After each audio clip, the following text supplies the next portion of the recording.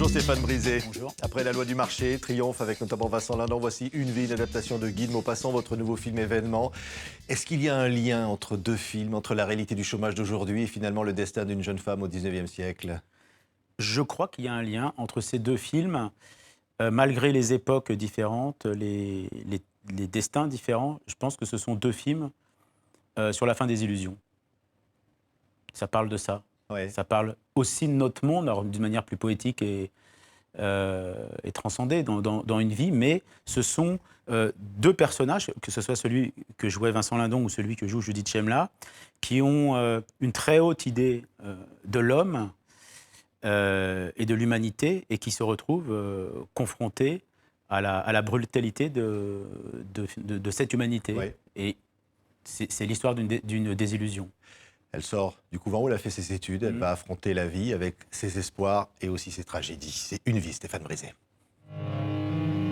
Est-ce que tu m'aimeras toute ta vie?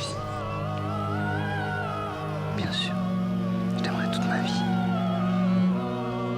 Si tu épouses Julien, ton père et moi, nous allons l'accueillir dans notre famille comme un fils. Regarde-moi, il me plaît. Je le trouve très... Il me plaît énormément. Jeanne, s'il te plaît. Jeanne, s'il te plaît, arrête. Arrête. Je te donne pardon. Je t'en supplie, Jeanne. Rosalie, est-ce que Monsieur Julien est le père de ton enfant? 20 ans au début de l'histoire, 27 à la fin, il y a les saisons, il y a la nature 47 qui passe. à la fin. Oui, 47 Ouais, il y a ans. 27 ans qui se passent Ouais. de vie. Ouais. Et les saisons, la nature autour, il y a la vie, au fond, qui accompagne ce film. Oui, la nature, il y avait nécessité de tourner dans des saisons différentes. Donc c'est un tournage qui s'est passé pendant 5 mois. Parce que la nature, elle est là pour traduire l'intérieur de Jeanne. C'est pas juste une nature pour décorer, pour faire décor. C'est une nature qui raconte quelque chose de l'intérieur de Jeanne. Ouais. Et qui raconte aussi de ses espoirs, on l'a dit, de cette vie, de cet homme avec lequel elle va se marier et de cette désillusion que cela va entraîner pour elle. Cette femme est puissamment moderne, au fond. Intemporelle. C'est-à-dire que je pense que la même femme existait au XVe siècle ou aujourd'hui. Et c'est ça, parce que le roman de Maupassant n'est pas un roman sur la condition de la femme au XIXe. C'est l'histoire d'une femme pas très représentative de son époque, comme ses parents ne sont pas représentatifs de leur époque. Maupassant décrit le père comme un rousseauiste, un héritier des Lumières, quelqu'un qui est toujours très en avance sur son époque.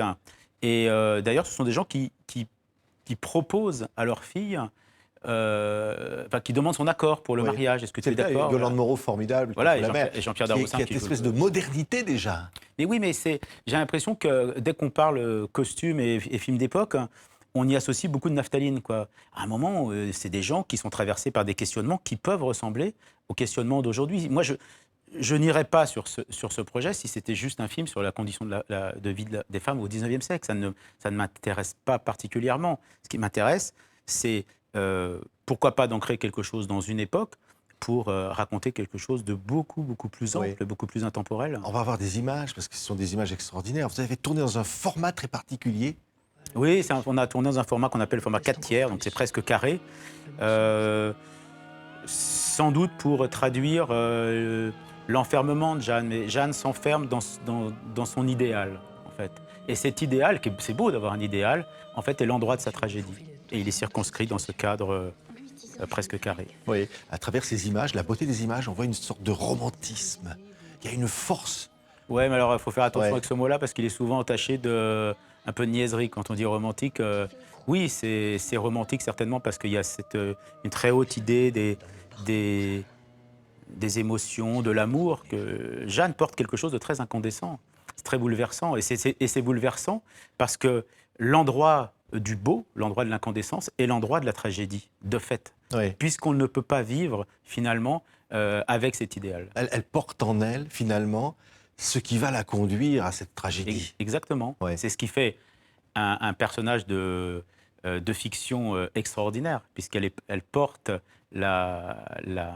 l'ambiguïté et la dualité du beau et du tragique en même temps. Oui. Pourquoi il faut tordre le cou au roman? Vous avez dit dans des interviews, Ouais. c'est un bras de fer avec Maupassant, avec ce livre. Parce que si vous mettez vos pas dans les pas de l'auteur, déjà, là, en l'occurrence, je faisais un film de 10 heures. Alors, pourquoi pas une série télé? Mais il faut convoquer des outils de narration qui sont très différents de ceux du romancier. Mais la tendance, pas par paresse, mais parce que c'est tellement bien écrit, la tentation, c'est d'aller suivre sa narration et puis de mettre quelques phrases de dialogue en plus. Mais ça ne marche pas. Il faut aller au-delà des mots, quoi, en gros. Il faut aller au-delà de la littérature. Et le paradoxe, c'est qu'on aime une œuvre par sa littérature et il faut se débarrasser de la littérature pour accéder à un récit de cinéma, de fiction, qui n'est pas de fait structuré comme le roman l'est. On pourrait voir le film et lire le livre après et ne plus voir le livre de la même manière? Certainement. Et ce qu'il faut éviter de faire, c'est de lire le livre le lundi pour aller voir le film le mardi. Parce que là, il y a un exercice qui est ingérable. Mais c'est des romans qui appartiennent à l'inconscient collectif, qu'on a lu souvent il y a très longtemps. En voyant le film, je pense que les gens ils retrouvent le livre. Et pourtant, ce n'est pas du tout fait de la même manière. Ouais. C'est ça qui est assez étonnant. Ce qui est incroyable dans ce personnage de Jeanne, elle est la femme. On a l'impression d'une sorte d'éternité dans le temps, finalement, de ce qu'est la femme. Ce qui est incroyable chez Jeanne, c'est Judith Chemla. Ouais. C'est la comédienne. Ouais. C'est-à-dire que on est face à quelque chose de très énorme, face à Judith Chemla. C'est-à-dire que c'est l'apparition sur les écrans d'une immense comédienne. Et c'est pas pour dire, là, il fait ça, là, un peu du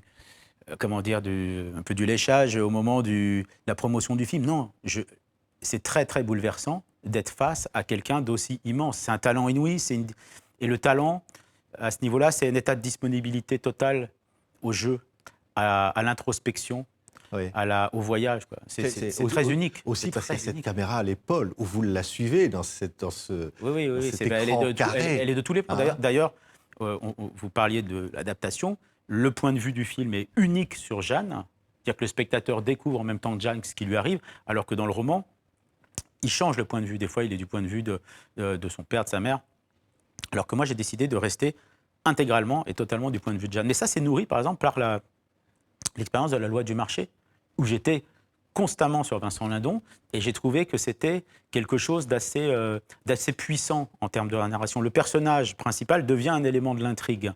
Et on peut d'ailleurs structurer l'intrigue un peu différemment. Et là, j'ai utilisé ça pour ce film, et ça donne quelque chose aussi d'un peu documentaire. Et moi, j'appréhende les choses, même à l'intérieur de la fiction, d'une manière assez documentaire.